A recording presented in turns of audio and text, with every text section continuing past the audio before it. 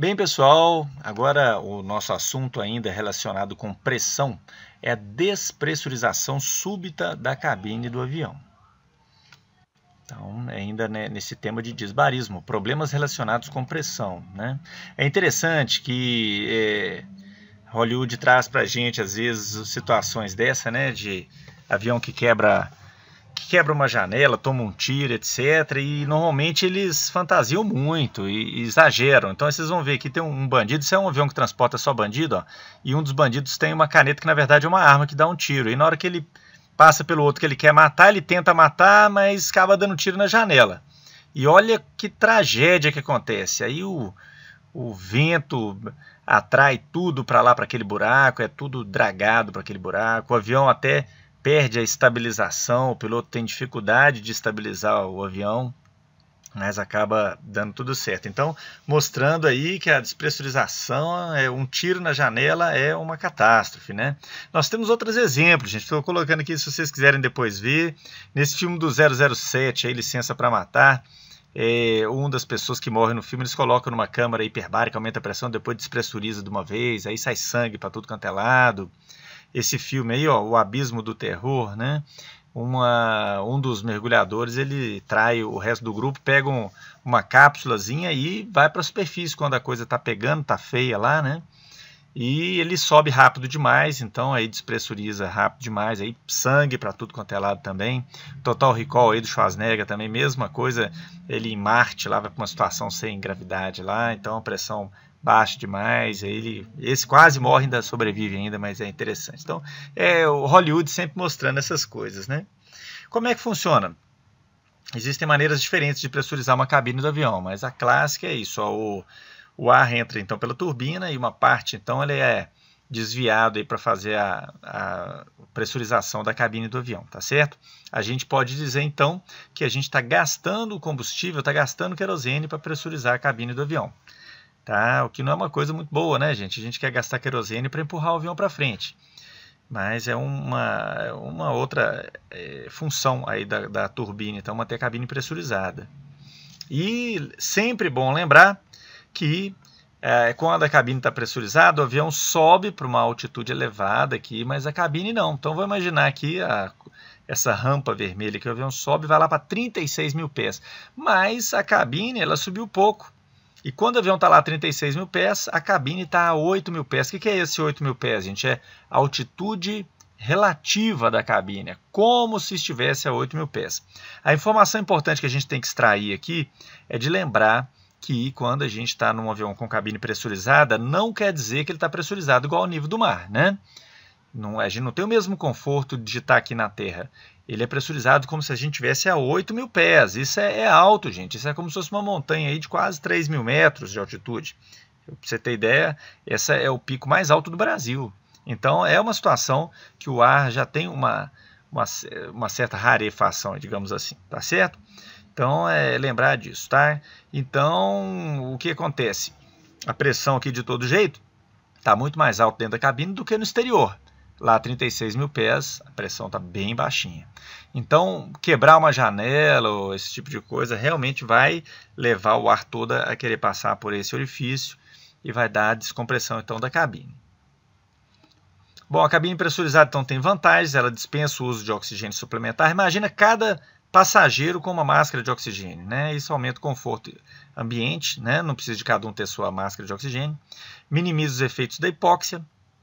Atenua a aerodilatação. Se não fosse a cabine pressurizada, o gás no estômago iria dilatar muito mais, incomodar muito mais. Previne a doença da descompressão, que nós vimos há pouco, que é o surgimento de bolhas dentro do corpo da gente, no sangue ou fora dos vasos sanguíneos. E reduz a fadiga de voo. A hipóxia, ela gera fadiga de voo. Agora tem desvantagens. A cabine ser pressurizada altera o desempenho da aeronave. É uma aeronave mais pesada. Não é difícil a gente perceber a diferença de peso. Um bujão de gás vazio, um bujão de gás com ar pressurizado, com gás pressurizado dentro, é muito mais pesado. Cria um microclima artificial, o que é ruim. Tudo que é artificial tende a ser desfeito pela natureza, né? Então, põe em risco aí explodir a cabine e tudo voltar ao que era antes. Então, expõe ao risco da descompressão. Tá? A velocidade da descompressão pode ser lenta uma falha na descompressão, uma válvula, gerando uma hipóxia gradual, que é perigosa, porque a pessoa pode começar a ficar com sono, dormir e vai morrer sem nem ver o que está acontecendo. Ela pode ser rápida, por exemplo, uma janela que quebrou, gerando uma hipóxia aguda, doença da descompressão, ou ela pode ser instantânea. É o caso, por exemplo, quando rompe uma grande parte da estrutura da aeronave.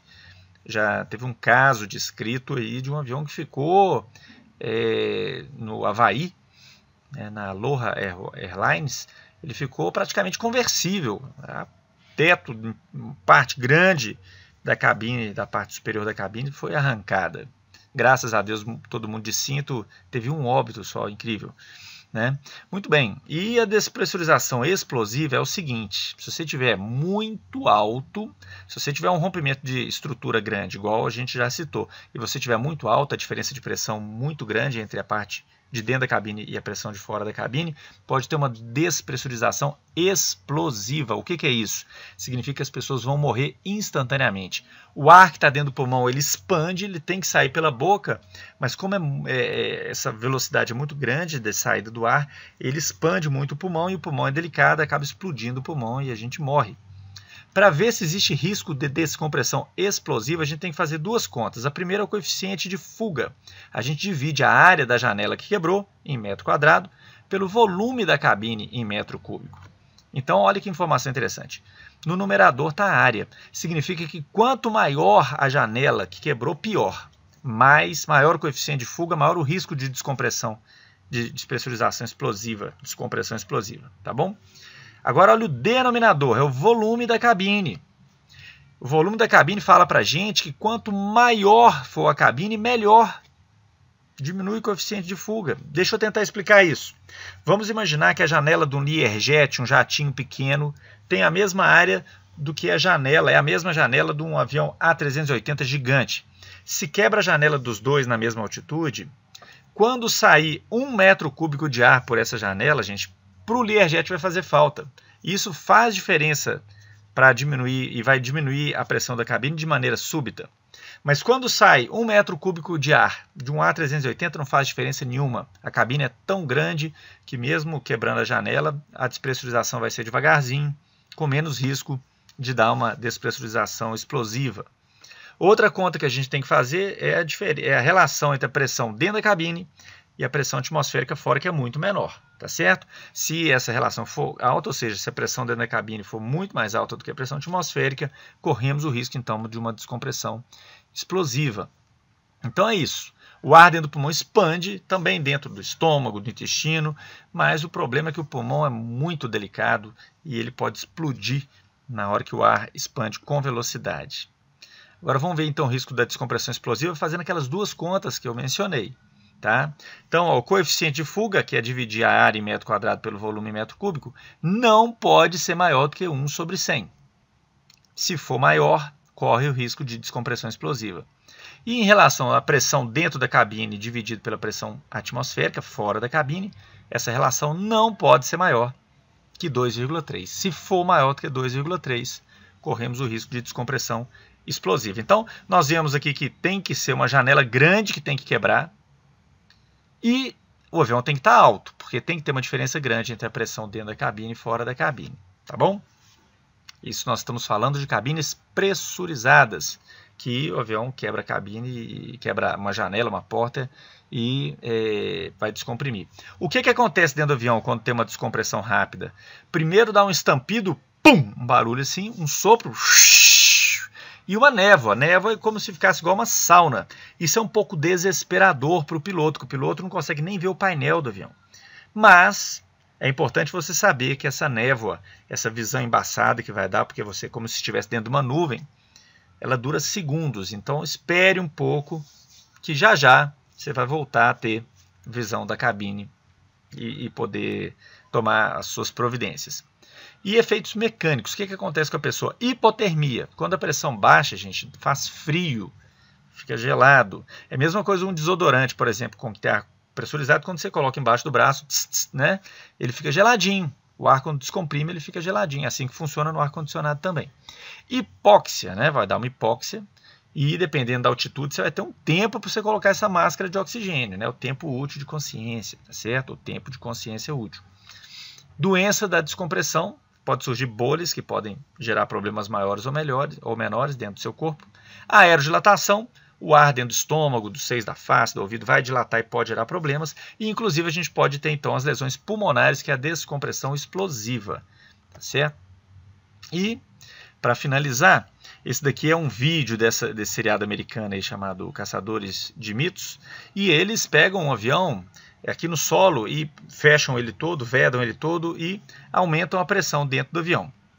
Tá certo? E aí eles vão dar um tiro numa janela para ver se acontece igual no cinema. Aquele tanto de ar puxando tudo que tem dentro do avião para fora.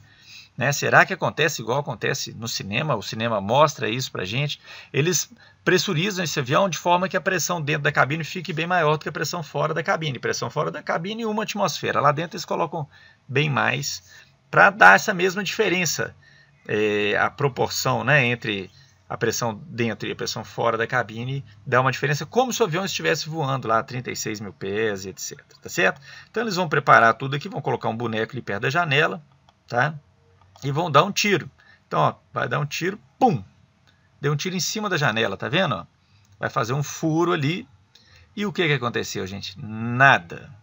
Não teve vento importante, nada foi sugado. Olha lá o buraquinho que fez lá na cabine do avião, tá vendo? Então não aconteceu. Foi decepcionante, porque no cinema a gente vê aquele transtorno gigante, né? Então eles falaram, bom, vamos dar um tiro então no meio da janela do avião. Vamos ver o que acontece, ó. Então vamos lá dar o tiro agora. Ó, preparando a arma. Vai dar um tiro no meio da janela. Vamos ver se dando um tiro no meio da janela, ela vai estilhaçar toda e vai chupar todo o ar que tem dentro do avião, igual a gente vê no cinema. Vamos ver. Então vai dar o tiro já já, ó. Tá preparando. E vai dar o tiro e a expectativa é grande, né? O avião está pressurizado, né, para ficar com a pressão bem alta dentro. Pronto, deu o tiro já.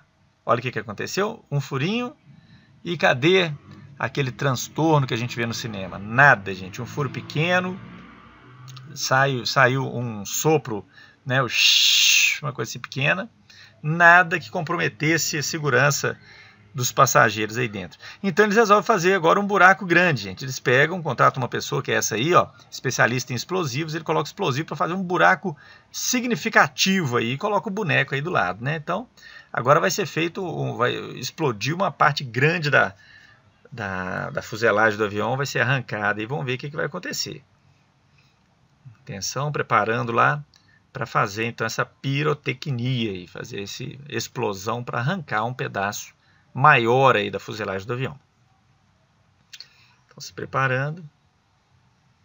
Pronto, foi. Aí, agora sim, ó, né? Agora foi visto o vento, o boneco ficou parcialmente para fora. Agora ele está até satisfeito aí, porque realmente agora fez diferença, tá? Conclusão que a gente chega, então, né, gente? Olha lá, ó, né? Explodiu, saiu aquele tanto de vento e tudo, ó, dentro da cabine, ó, o isopor que jogaram lá no chão foi todo sugado por esse buraco. Então é isso. Então, para a conclusão, gente, para poder realmente gerar algum transtorno real e, né, imediato, né, uma descompressão explosiva, por exemplo, o buraco tem que ser grande. Não é um furinho na janela ou em cima da janela que vai gerar transtorno, tá bom? Então isso meio que desmistifica o que a gente vê às vezes na televisão, que dá um tiro e pronto, né? Acabou o voo, né? Tá bom, gente? É isso daí. Obrigado e até a próxima.